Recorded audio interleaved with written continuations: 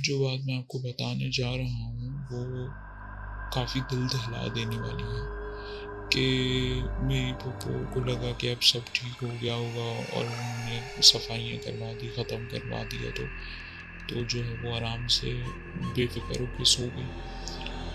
और जब वो उन्होंने देखा कि उनके कमरे में उनकी आँख खुली रात के टाइम, कुछ रात के 3-4 बजे के टाइम, उन्होंने अपने कमरे में देखा कि 1 नहीं, 2 नहीं, 3 नहीं, पूरा ख़ानदान, पूरे का पूरा ख़ानदान उस उनके सामने खड़ा हुआ है। और सब मतलब वो बेड पे लेटी हुई हैं, तो सब उनकी तरफ देख रहे हैं। सब के सब उनकी तरफ देख रहे हैं। अब वो भी तो जान पाँवों से निकलने लगी और वो फूफो को समझ नहीं आया वो क्या करें। और इतने में क्या हुआ कि फूफो बेहोश हो गई। अब जब सुबह हुई तो खैर जब दो उन्होंने देखा, गाँव वालों ने, हमारे रिश्तेदारों ने, कि भाई आज तो वो निकली ही नहीं है फूफो घर से, तो वो खैर आफियत करने के लिए और नाश्ता पानी पूछने के लिए चले गए। देखा कि कमरे में मेरी फूफो बेहोश पड़ी हुई है, तो खैर उनको जल्दी जल्दी क्लिनिक वगैरह लेके गए, तो वो बताया डॉक्टर ने कि ये तो काफ़ी देर से बेहोश हैं, रात से बेहोश हैं और इनको तो अभी काफ़ी घंटे हो गए, 10-12 घंटे हो गए। मेरी जो है फूफो को फिर ड्रिप वगैरह लगी और जब वो होश में आई तो उन्होंने फिर सारा वाक़या बताया। तो अब बात मतलब ये सारा वाक़या हो गया और फिर मेरी फूफो वापस कराची आ गई।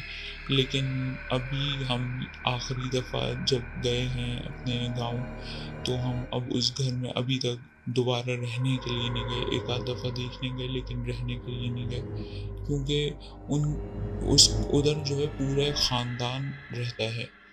तो लोगों ने बहुत बताया कि इसको इस तरीके से करो, ये बुला लो, ये बुला लो, ये कर लो। लेकिन जो एक हमें वाहिद हल समझ आया कि जब तक हम वहाँ पे मुकम्मल तौर पे रहना नहीं शुरू करेंगे, कोई मुकामी तरीके से नहीं रहेगा, तो वो चीज़ें नहीं जाएँगी। और इस वजह से हमने अब उसकी किसी भी किस्म की चीज़ों को छेड़ना बंद कर दिया है, ताकि हम किसी भी किस्म के मामलात में ना पड़ें इन चीज़ों के।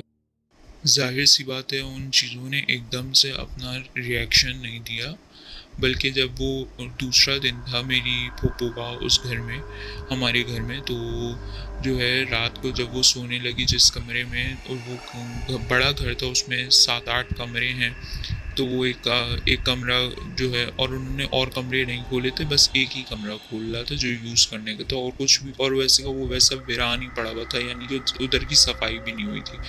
वो एक ही कमरा उन्होंने खोला और उसमें ही जाके रहना शुरू कर दिया, और सिर्फ उसकी सफाई हुई और किचन की सफाई करी उन्होंने। तो अब वो जो है, जब वो सोने के लिए लेटी हैं, थक हार के पूरा दिन वो घूमी फिरी, लोगों से मिली, तो अब वो रात को बहुत थकी हुई थी और उन्होंने सोचा अब मैं सो जाऊँ। अब मेरी फूफो जो है ना, वो फितरतन बड़ी बहादुर हैं, और ज़ाहिर सी बात है जब वो एक इतने वीरान घर में अकेले रह सकती हैं, तो आप लोगों को अंदाज़ा हो गया होगा कि वो बहुत जो है एक तरीके से बहादुर औरत है, और वो इन चीज़ों से नहीं डरती। ना वो किसी चोर चकारी से डरती हैं, ना वो किसी भूत प्रेत से डरती हैं, तो हमेशा से ऐसे ही उनका रहा है।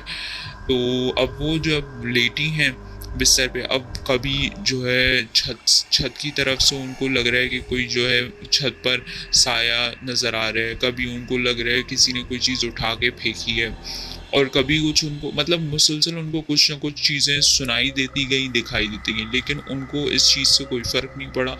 उन्होंने जो है वाज़तन तौर पे कहा कि जो भी चीज़ें इस कमरे में, प्लीज़ अभी यहाँ नहीं मुझे तंग करो, मुझे बहुत नींद आ रही है, मुझे सोने दो।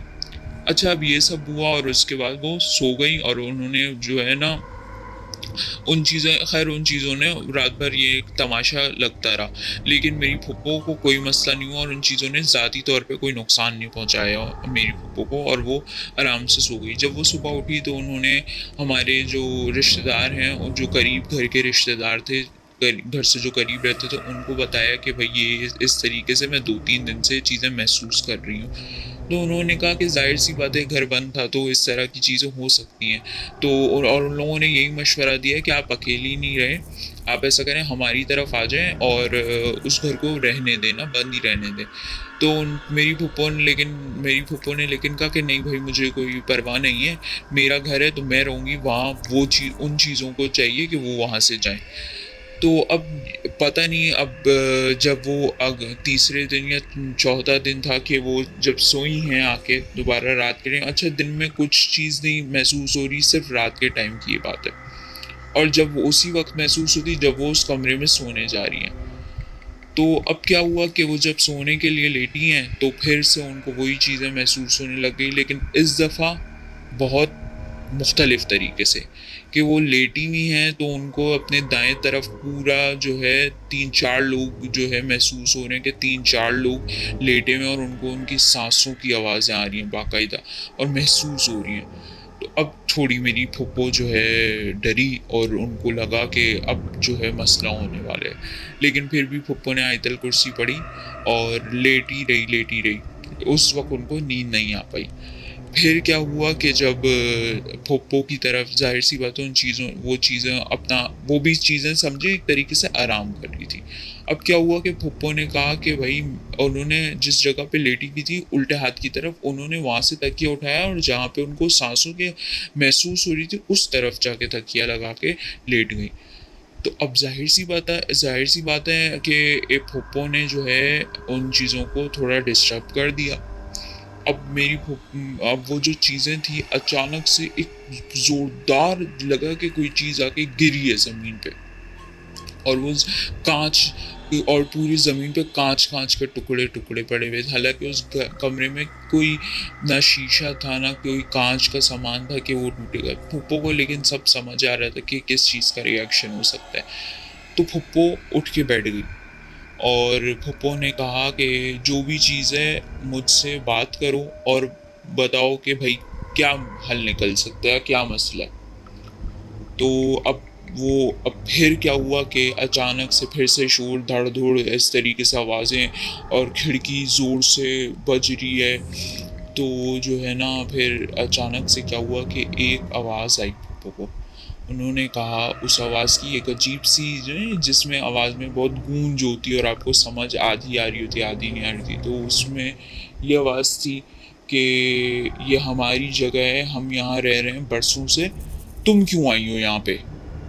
तो मेरी फूफो ने ये बात कही कि भाई, ये बाकायदा वो लोग बात कर रहे हैं कि भाई ये मेरा घर है, यहाँ हम लोग आते जाते रहते हैं, ये तुम्हारा घर कब से हो गया? तो उस फूफो ने उसको ये बात बोली, तब जब तो उसने ये बात बोली कि भाई, यहाँ ये कमरा मखसूस तौर पे हमारा था, तुम्हें अगर रहना है तो किसी और कमरे में रहो।